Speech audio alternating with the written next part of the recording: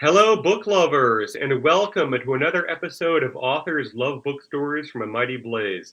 This is episode number 141, and we are delighted to be with you once again. Every week, I and my partner, Kimberly Hensel-Lawrence, crisscross the U.S. and beyond, visiting independent bookstores and the authors who love them. Today, I am delighted to be with debut novelist Amiee Gibbs. Amiee, welcome to the show. Thank you for being with us. Thank you. Thank you. It's lovely to be here. Amiee is the author of the debut novel, The Carnival of Curiosities, out just last month in July. Speaking about Carnival of Curiosities, Colson Whitehead calls it a wonderfully imagined and fiendishly clever debut.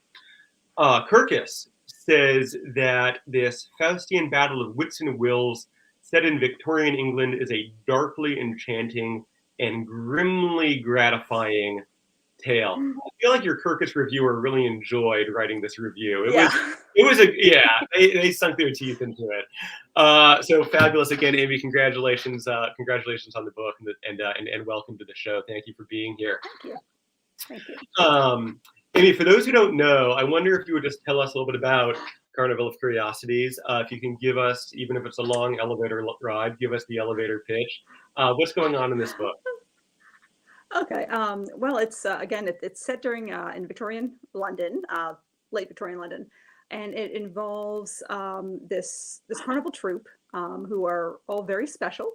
But the main player, a gentleman by the name of Aurelius Ash, is a master illusionist, and for a certain price, it is said that he is able to fulfill certain dreams, certain wishes.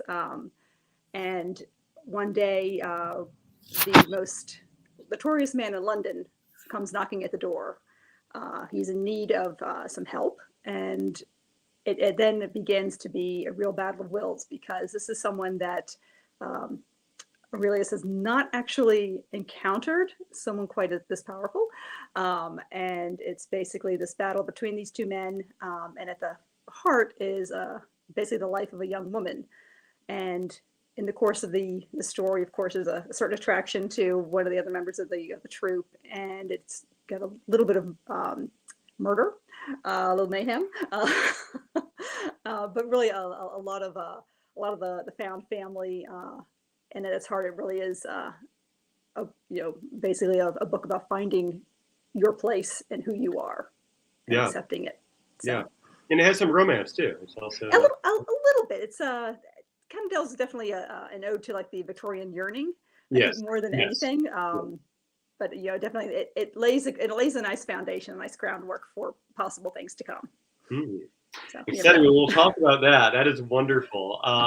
Well, to the audience, both those who are with us now and those watching this video in future time, we are supporting not Amie's favorite independent bookstore, because she can't choose favorites. We'll talk about that as well. But her local Curious Iguana in Frederick, Maryland. And we're going to be dropping links in the chat for you to head over to Curious Iguana and pick up a copy of Carnival of Curiosities. It is a fantastic summer read for sure, anytime read, but it is a fast-paced and fantastic summer read for August. Support independent book selling and head over to Curious Iguana to pick up a copy, and we'll give you some other ideas about what else you might want to pick up. Amiee, I want to begin by talking to you a little bit about sort of where you are coming from here. Authors Love Bookstores is in the process of visiting all 50 states, plus DC and Puerto Rico. And we are one state away. Next month, we are going to knock that one off when we go to Oklahoma. Okay. We hit state 49 last week, and it was Maryland. We were in Maryland last week with Laura Lippman at Greedy Reads in Baltimore. And we talked a lot about Baltimore. We talked about sort of this Baltimore noir type of a quality to some of her fiction and things like that. She's fabulous. She is fabulous. She is fabulous out with a new novel, Prom Mom. But you are also coming from Maryland, but I think coming from Maryland in a very different way.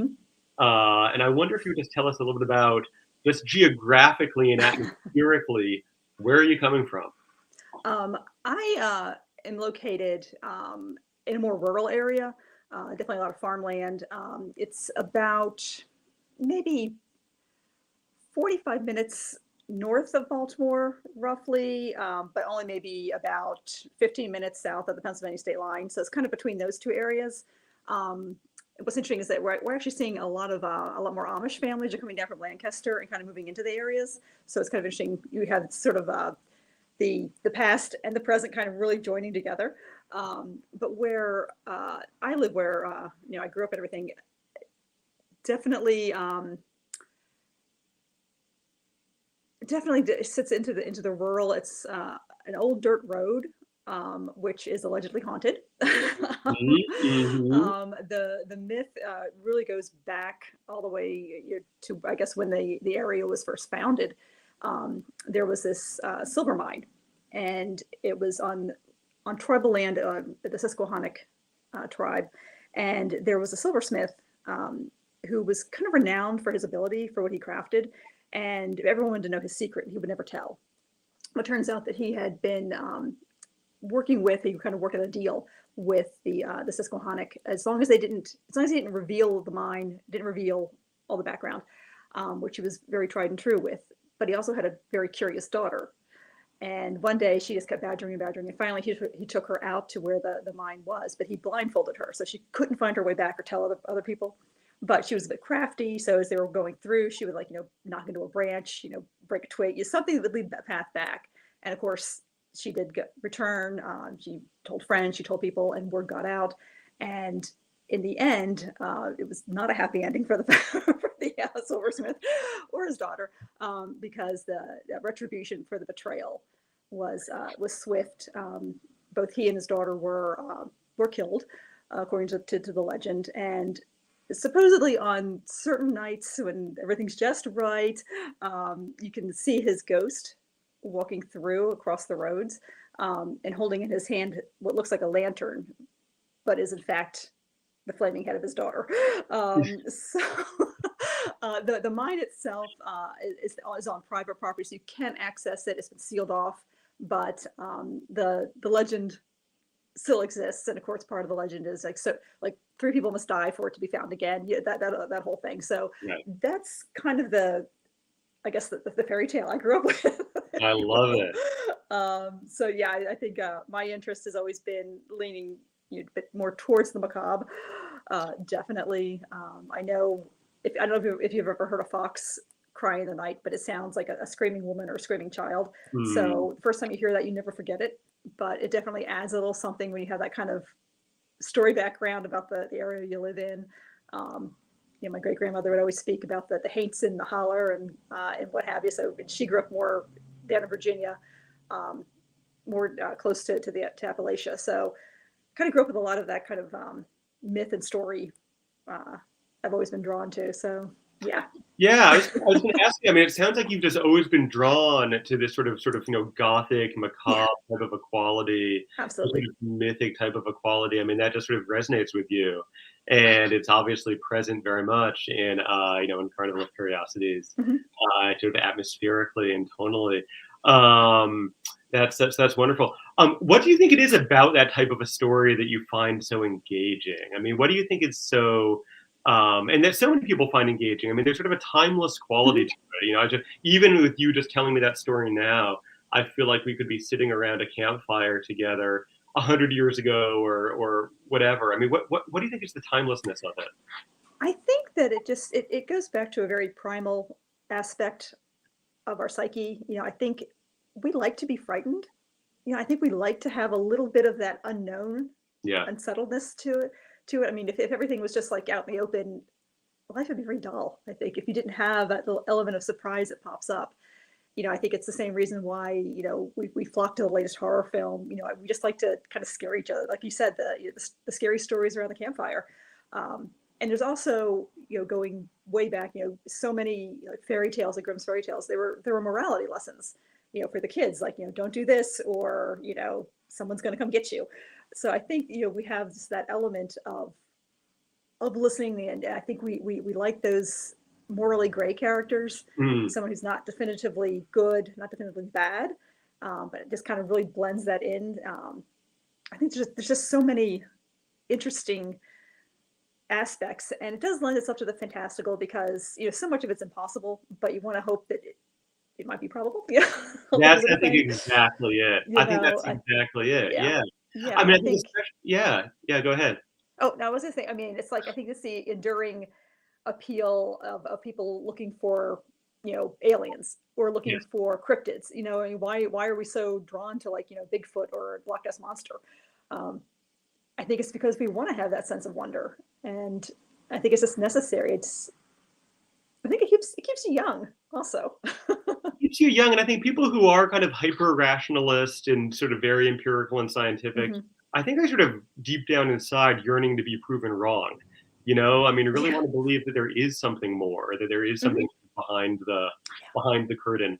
Hmm. And so I think that, I mean, I'm not giving anything away in terms of spoilers because it's the very very beginning of the book, but I'm not giving anything away. I don't think when I say the book begins with your characters toiling over an exsanguinated corpse, Yeah. um, yeah, who then begins to move.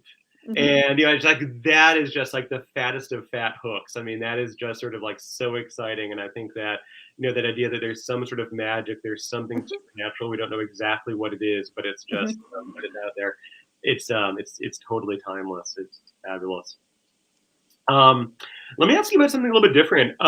You're a debut author. You are though have a very interesting day job that is near and dear to our hearts on this show Hmm. because you are working with independent booksellers for Penguin Random House. Hmm. First of Yep. all, would you just tell us what you do? Tell us what your job is. Sure. I am a sales manager for, like I said, like for the independent bookstores, and I have a territory that branches basically from stores like from Texas all the way to Alaska and Hawaii. And basically, what we do is we every season there's about three sales seasons, and when the new books come out, the front list books, we talk to the bookstores, to the buyers, and we sell those books in. So we are kind of we're kind of the in between from the publisher to the bookstore itself. So we are the ones who are encouraging stores to take in this book, that book, giving them all of that, and then we also just do regular orders like stock offers and various things. We help with events. We really are just we're there to help the independent bookstore with any book questions, any issues that come up. I know there was a lot of fears with the possible UPS strike, and that was a huge amount of fear that came into play. So we're kind of there to help ease those those pains if we can, but really we're there to help with anything that they might need, and even we're seeing new stores opening all the time. So we are helping them establish themselves. Yeah. So when when a store like puts in for an event, there's different levels, I suppose you would say. You have the independent bookstores like Powell's or Politics and Prose or the Strand, which they're kind of quote unquote the marquee, I guess, names. They Right. have more familiarity, a lot of history. So we have a lot of the stores that are kind of the up and coming. So it's kind of our opportunity to help build them, build their name, get their requests in, and hopefully see some of those events and see. Like Curious Iguana is a great example. They started out very small, but now they're seeing, and getting involved with a lot of different, really kind of top tier. They had a fantastic a couple of years back. They had Neil Gaiman, and yeah, it was at the Weiss and get the Weisberg Center. So they have connections with libraries and centers that can open up and do larger events. So they're definitely a store that we have seen. They had Chelsea Clinton. We've seen them really grow, and it's it does your heart good. To see these little stores kind of build and know that hey, you had a small part in Yeah. making that happen. So yeah, it's just basically that's basically what we do. We as reps, we read books, we recommend books, we sell the books, um, and we hope to keep that cycle going. Why do you think these stores are so beloved? I mean, I think sort of in some ways the conventional wisdom is that they would be extinguished by, big online Mhm. retailers and ebooks and sort of all these different things. But I feel like especially during the pandemic, there was sort of an explosion of Mhm. love towards these Yeah. places. What do you think is so special about indie bookstores? Indie bookstores, I think they're community. Hmm. They are centers basically of where you can go and you can, in some ways, you can find your tribe, if you will. The bookstores, they have the book clubs. You can find um, just anything you're looking for. And I think, you've spoken to the pandemic. There was a lot of fear of what was going to happen with these small stores, especially where, they couldn't, get people in the store, that foot traffic they so much rely on. But I was just so impressed with how they tried other aspects. I mean, they opened up little doors and really went outside the box. I had so many stores start doing delivery. Hmm. So, someone would call and say, "Hey, I want to order these books," and they had them in stock, and they would do the same day delivery. So they were doing like a competition against like Amazon. Well, they can get it to you like, one day, 2 day. We can get it to you this afternoon. Yeah. So they would have like, different shifts. They would go out, and it was interesting because I started finding that, a lot of the stores decided they wanted to keep that as a possibility. And there were so many stores that were kind of banded together, and it just became this this this whole new sense of community. The whole shop local, the whole, you know encouraging, people to come in. And now we're seeing, I have like one store in Boise, Rediscovered Books. um, they are really on the front line of the book banning issue. Mm. They are out there. They are going to, to talk. They're going to go to the course. They do all of that. They are involved in all of that.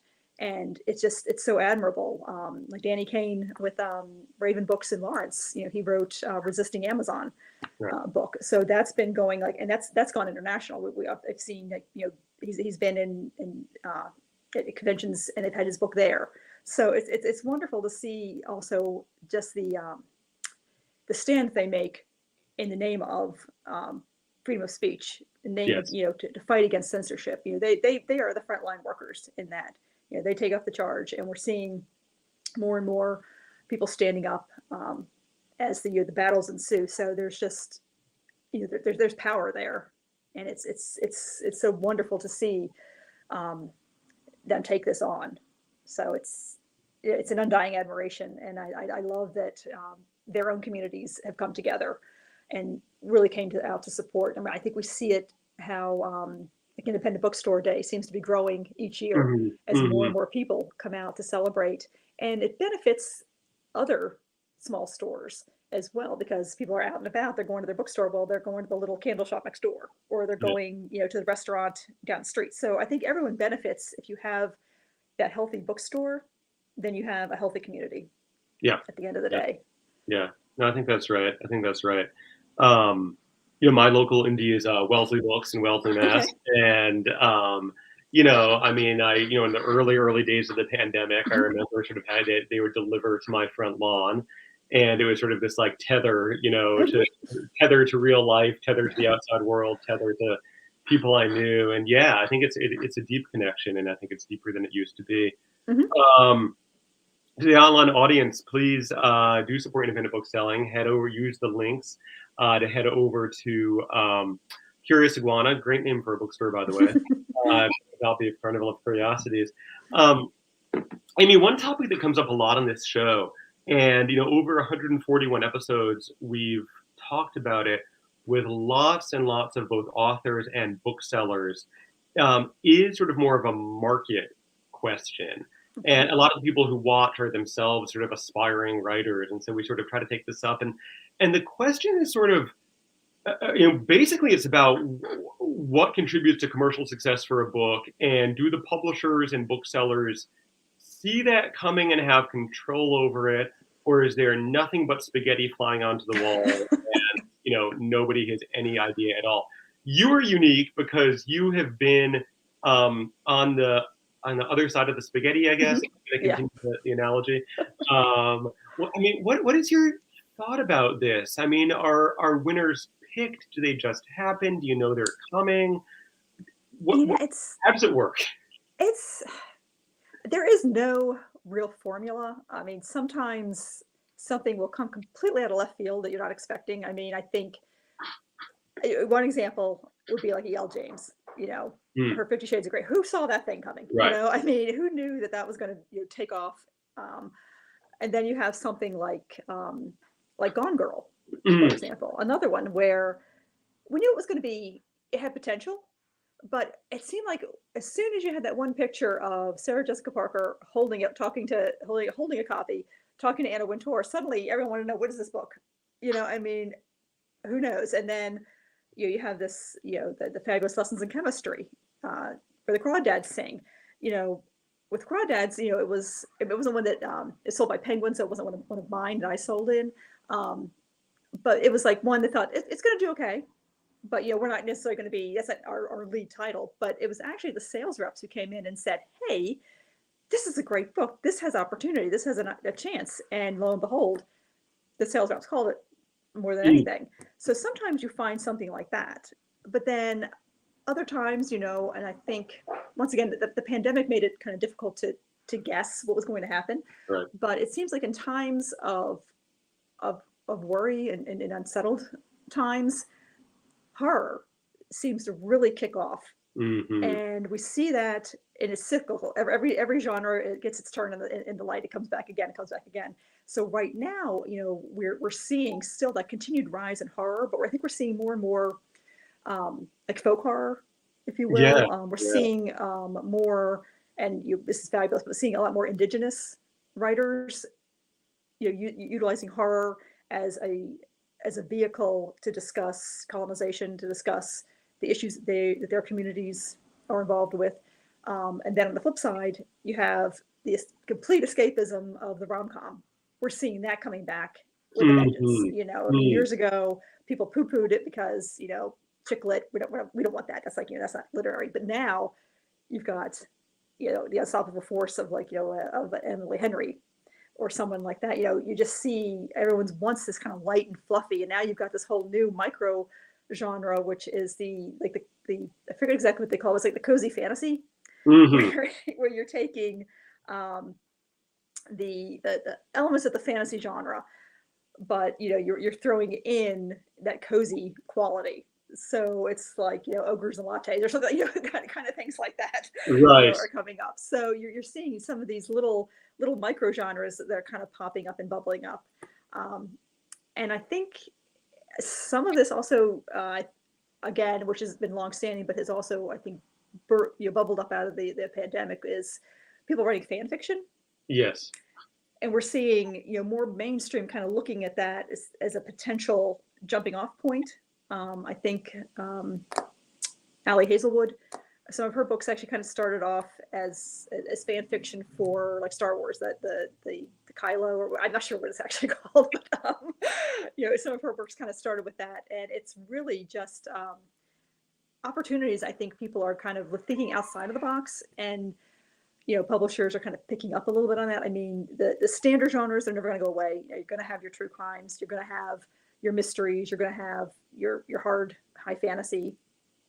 You're going to have the straight horror, but I think there's now this opportunity where you're starting to see a little bit of the blending of genres a little bit. Books that are harder to categorize Mm, because they kind of go beyond all of that. And then, of course, we're seeing more and more with like the LGBTQA communities definitely are getting their voices and getting their representation. The queer fiction, queer romance, all of that is just seeing this wonderful surge where it's crossing less as a niche and more into a mainstream. I mean, I think a few years ago, would we have seen the Guncle hmm. or the Celebrants, Yeah. making its way to the top of the Times list, or on the various regional bestseller lists. And it's just great to see that there's really something out there for everyone now. Absolutely. So Absolutely. I think there's so many opportunities for people who want to write but felt they never fit in any specific genre. Anything goes. We have, there's no magic 8 ball out there saying this is going to be the big thing, because what we think is going to be the big thing, sometimes it's this little quiet sleeper book over here on the corner that It sneaks takes in. off. Yeah, absolutely. You just don't know. So Absolutely. it's we we can't predict. Yeah. We try, but we Yeah, can't. I can't. Robin on Facebook from Idaho is letting us know about their local indie out there, the Well-Read Moose, which and you're Okay. absolutely right, Robin. It's another fantastic name for an indie bookstore. We'd love to visit. We have been to Idaho. We were at Book People of Moscow Okay. with Josh Ritter last year, which was a blast. But yeah, we'd love to visit the Well-Read Moose. Leah loves the idea of cozy fantasy as a microgenre, it is very cool. Amy, what is it like for you to pivot from sales to, I guess, bluntly, the thing being sold? You know, yeah. What's that been like? It's it's surreal. I think when I first started writing, it wasn't necessarily with any publishing goal in mind. It was more Mm, just like it was a hobby. It was just something I had fun doing. And when I started writing, Carnival of Curiosities, it was just basically as a NaNoWriMo challenge, that a friend mm, put up, and it just I only got maybe 5 pages written out of it that month, but there was something there. People who picked it up started, my friends who were kind of beta readers said, keep going with this. There's something here. So, it took a long time. It was about 10 years, in the making. Um, so I guess when I got to the end, it's like, well, why not take the next step? Let's see what happens next. And, unbelievably, I got an agent, and then, um, the book sold, and it's now out there in the world. And it's just a very weird place to be, um, because I know how hard it can be to get out there, and it's not an easy feat. Um, so then at the same time, though, even as an author, you're still a salesperson. You're still only this time you're kind of selling yourself more than anything. So it's kind of taking some of that knowledge that I have as far as the sales side and being able to apply it to my own. But I tend to leave that in the hands of the other sales force, and kind of my friends that kind of keep my head down. But yeah, it still doesn't feel real. But it's been so nice, all the support I've gotten from not only Grand Central, but from my friends with PRH. I've gotten yeah. so many lovely notes, and I know they've been out there chatting it up too. So it's just been lovely, having so many people kind of get behind you. Yeah, absolutely, absolutely. Um, Amy, if there was like a one piece of advice you were going to give about sales to a debut author, either something that they should never do, or something they should definitely do, or something they should focus on, like, is there any advice that you would give fellow debuts given your background? Um, I think for me, it's like you have to kind of get used to putting yourself out there, um, especially like with social media. Yeah, There's certain things that if most authors, I think, if you talk to them, the first thing they're going to admit to is being very much an introvert, because right. it is very much a solitary um, project that you're doing. So when you get that agent, you get that editor and such, and suddenly you have this whole collaborative group going on who are looking at your work and doing this and helping you with this, and really fine tuning the product. Um, it's weird that you suddenly have all these people invested in you, so you kind of have to get you accustomed to that. Um, but yeah, I think for me, the thing has been just kind of letting it wash over you, accept the fact that you are now part of a team. You're now, Hmm. and they're there for you also. Don't be afraid to ask a question. There's no stupid question, I've learned. Right, right. Basically, um, so really, for me, it's been kind of getting accustomed to the social media aspect of posting this or Instagramming that kind of thing, which I never really did before. So I think it's just kind of putting that hat on and knowing that, yeah, the work is out there, but you're still out there, but now you're now part of that product. You're now part of that, and you have to kind of build your brand. Yeah, Um, so that's something that I think a lot of people don't realize until they sit in that first meeting, and your marketing team is talking to you and telling you this, and you're like, well, how do you build a brand? So it's kind of like it's a whole learning curve in that regard. because we don't really talk about that like in sale on the sales end, because we're kind of helping, we're just kind of getting it in front of the booksellers, in front of the buyers. So yeah, marketing and publicity, they're their own animals. So kind of working with them has been very interesting. So I definitely, yeah, if you're a debut, you're just going to have to suddenly realize that you have a whole team working with you, and you have to kind of let go of some control. Namely, kind of get over your fear of talking to people. Yeah. Yeah. Yeah. Largely. So yeah, I think it's just kind of enjoy the time. You're only going to be a debut once, so That's just right. enjoy it, just take it, and it's all going to be a learning curve. There's going to be trial, there's going to be error. I mean, so far I've been lucky, you haven't like made any errors, so hopefully it'll stay Yeah. that way. It is an uncomfortable pivot, though. I think that is very true. Not only from being solitary to being out there, and Yeah. also from just having this sort of one-on-one sort of umbilical connection to the work, to all of a sudden getting other people's input. Having other people say, "Well, I kind of think like this is the target audience, and this is the best cover." You have an awesome cover, but but I think sort of having it suddenly become a collaborative process, I think can feel sort of very unsettling. Yeah, and also when you go out and you start seeing reviews coming in, and you get like people's opinions, and Yeah. you're like, okay. um, I think for like your own, I think for your own mental health, you kind of have to like take a step back. So, Yes. but at the same time, I don't think you can take a positive review any, with any more importance than you do a negative review. If you have someone else, honestly, because Yeah. you're just gonna, they cancel each other out in so many ways. And everyone has their own opinion, and it's just the way it is. It's, if they're creative and it's actually something, a point you might be able to take from it, but then you have other people who just like to be mean to you. I haven't really encountered that yet. Yeah. Yeah. I was Yeah. always just relieved that anybody was reading my work. I mean, Yeah. even any kind of even like a negative review, I was like, Yeah. "Oh, you read it? You read my Yeah. book?" Like, Exactly. I felt like Yeah. the worst thing would be to be totally ignored. So I mean, even Yeah. when people would pop up on Goodreads with like one or two star, I'd be like, "Thanks for paying attention." Hey, But yeah. you're right. The good reviews are definitely better. Um, in just a moment, we're gonna talk a bit about other people's books and about Okay. book recommendations. I do want to ask you just sort of one more question about Carnival of Curiosities before we let you go. And I think we spoke at the beginning a little bit about how there are some things that just sort of feel timeless in terms of Mhm. in terms of storytelling, things that we just sort of keep on coming back to.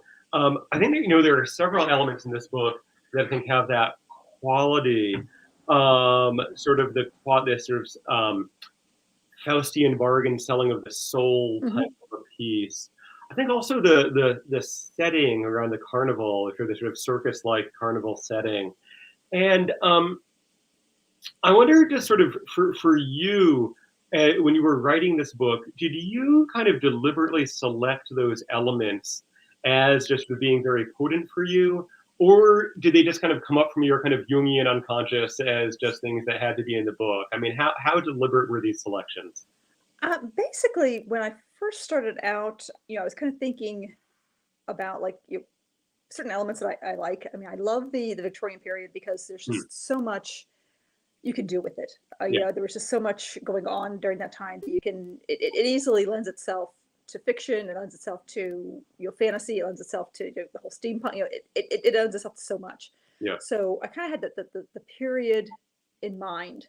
Um, then I've always been somewhat fascinated by the old sideshows, and just the characters, and how each character had like had their own story, if you Mm, will. yeah. You kind of you built it up. You had the whole P.T. Barnum, his Fiji mermaid, for example. I mean, that monstrosity. The people were like loved it.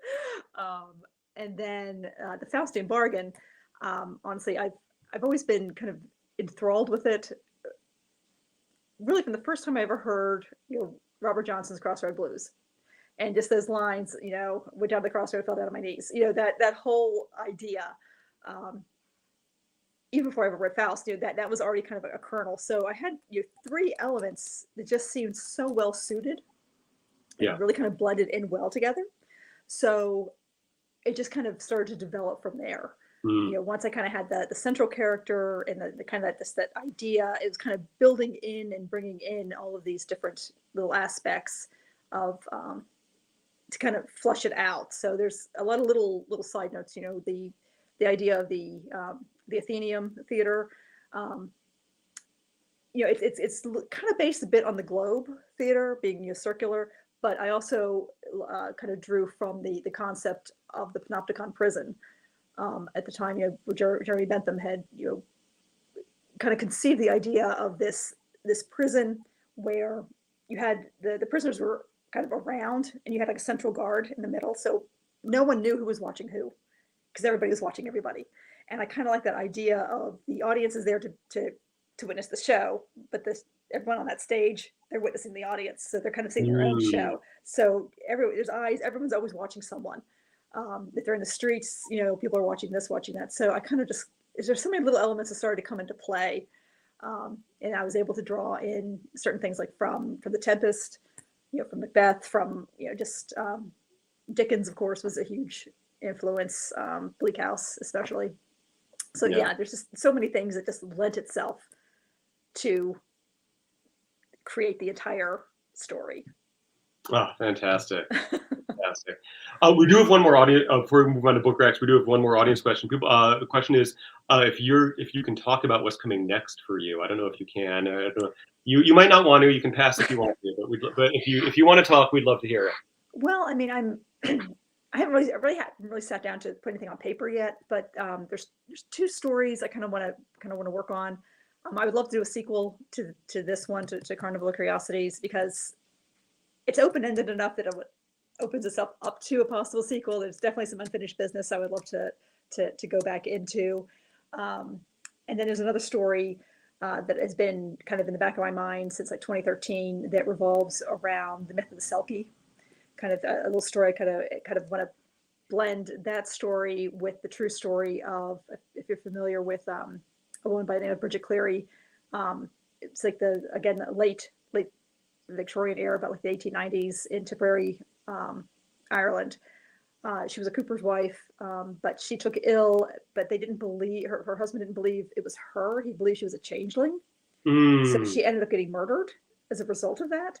So I kind of want to blend like a little bit of that background story with the Selkie myth and kind of draw those kind of stories together. So there's two things I hope to see come to fruition. Yeah.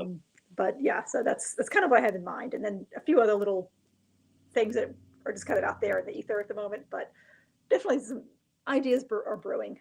Ooh, fantastic. Super intense. Fantastic. I love it. Okay. Well, we have come to the part of the show where we are going to talk about some book recs, and we are dealing with a professional here, as Amiee is coming from a independent bookstore sales rep background. So, to the audience, we're here to support independent booksellers. This week, we're giving a particular pitch for Curious Iguana in Frederick, Maryland. We want to support Carnival of Curiosities. But what else should we be thinking about, Amiee? What are you excited about? Well, there's a book that actually just came out yesterday. It's a nonfiction, if you enjoy nonfiction, by Susan Casey, The Underworld, which is, well, I guess pun intended, it's a deep dive into the deepest parts of our ocean, and really looking at all the weird and wonderful creatures that are down there, as well as just the environmental impact that is going on way down and under the water. And we're talking like all the way down, like 37,000 feet. We're going way down. So she spent like 5 years writing that, and she actually did 2 deep dives. And it's really it's just fascinating world that's down there. On the fiction side, another book that was recently released, of course, is Colson Whitehead's Crook Manifesto. A lot of fun. It's a sequel to Harlem Shuffle, so you're picking up with Ray Carney and his uh, ill-advised adventures, if you will, in this case, in his quest to get his daughter Jackson 5 tickets. So it's a lot of fun. I really just enjoyed going back and re-entering that world that he had created, but also getting just that history of Harlem during the 70s. So that's another great one. There's another book that just recently came out called Kala by Colin Wilson, I think he's an Irish writer. This is his debut. It's a mystery, but it's kind of that small town secrets and how they continue to haunt us into adulthood. So it goes back to this young girl there were 6 friends. One girl goes missing, isn't found until many years later. Remains are found, and it kind of just reopens up old wounds as people have to come back and kind of confront what took place that fateful day. So that one definitely would appeal, I think, to the town of French reader, but also to fans of like the show Mayor of Easttown. So kind of that small town, but with the Irish flavor. So that's a couple of books that are out there, and then one is upcoming, not until spring 2024, so you have a little time to wait for it. Is the new Tommy Orange, Wandering Stars. He of course wrote There. He's back with another incredibly powerful book. It goes a little bit back and forth in time. It addresses a massacre that had occurred, but it really looks again at the Indigenous community and the effects still being felt today. It's, like I said, it's a very powerful read. It's very bleak. At points, it's brutal, but it is utterly compelling. So I think it's going to win all the awards in 2024. I think it's going to definitely have a big impact when that one comes out. So. Well, you don't disappoint with your book recs. Those are great recommendations, and to the audience, pick up all of those. Pick up Carnival of Curiosities. Pick up anything you want over at Curious Iguana. We've got the bookshop.org link in the comments. Amiee Gibbs, it's been such a pleasure to speak with you. Thank you so much for coming on Authors Love Bookstores. Thank you for having me. Absolutely, and congratulations once again on Carnival of Curiosities, and we can't wait to see what you do next. Thank you. To our audience, guys, exactly.